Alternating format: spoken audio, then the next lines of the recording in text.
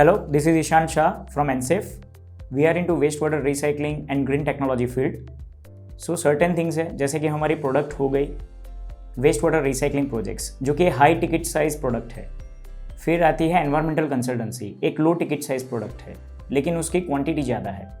Environmental monitoring, जो कि waste water जो ट्रीटमेंट होता है उसमें से जो वेस्ट वाटर निकलता है उसकी मॉनिटरिंग हम लोग करते हैं। सो एक एकदम लो टिकट साइज प्रोडक्ट है। And another thing is mainly operation maintenance, जो कि लेबर ओरिएंटेड वर्क है। So as and when required हम लोग वीकली मीटिंग्स करते थे। वीकली मीटिंग्स में सारा जो हमारा स्ट्रेटेजी हम लोगों ने ब्लॉक की हुई थी, वो ब्लॉक स्ट्रेटेजी को हम लोगों ने ग्रेजुअली इम्प्लीमेंट करना चालू किया।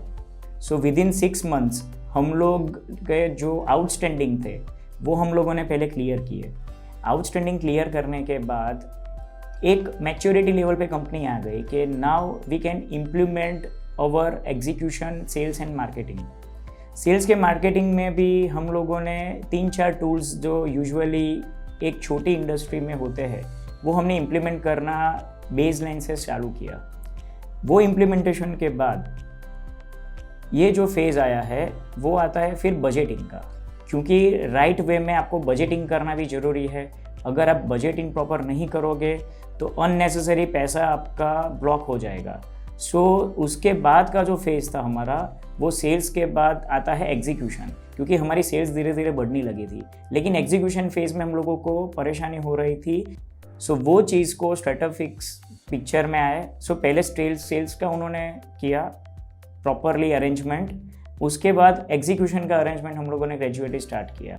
फिर हम लोगों ने एक टारगेट सेट किया। स्ट्रेटेजी यहाँ से ही शुरू होती है कि आपकी फर्म में या आपकी कंपनी में कहाँ से आपको कैश का आइडेंटिफाई करके एक प्रॉपर स्ट्रेटेजी के साथ में आपको आगे बढ़ना है। सो स्ट्रैटेजिक्स केम इनटू पिक्चर। पहले आपको पता ही नहीं होगा कि आपकी कौन सी प्रोडक्ट है जिसमें आपको इन्वेस्ट करना चाहिए। Investment in terms of human resources, in terms of management. Human resources आने के बाद भी जो चैलेंजेस फेस होती है वो है marketing and execution. So sales team आपको डेवलप करनी होती है।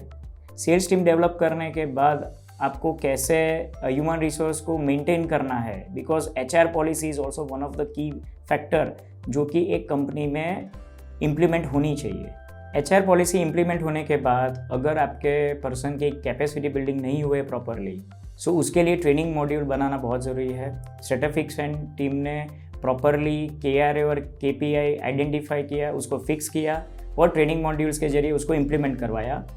और सेल्स टीम के लिए एक CRM भी इम्प्लीमेंट करवाया, जो कि काफ़ी हेल्पफुल है हमारे डेटा मैनेजमेंट के लिए, because sales data is very important for any company.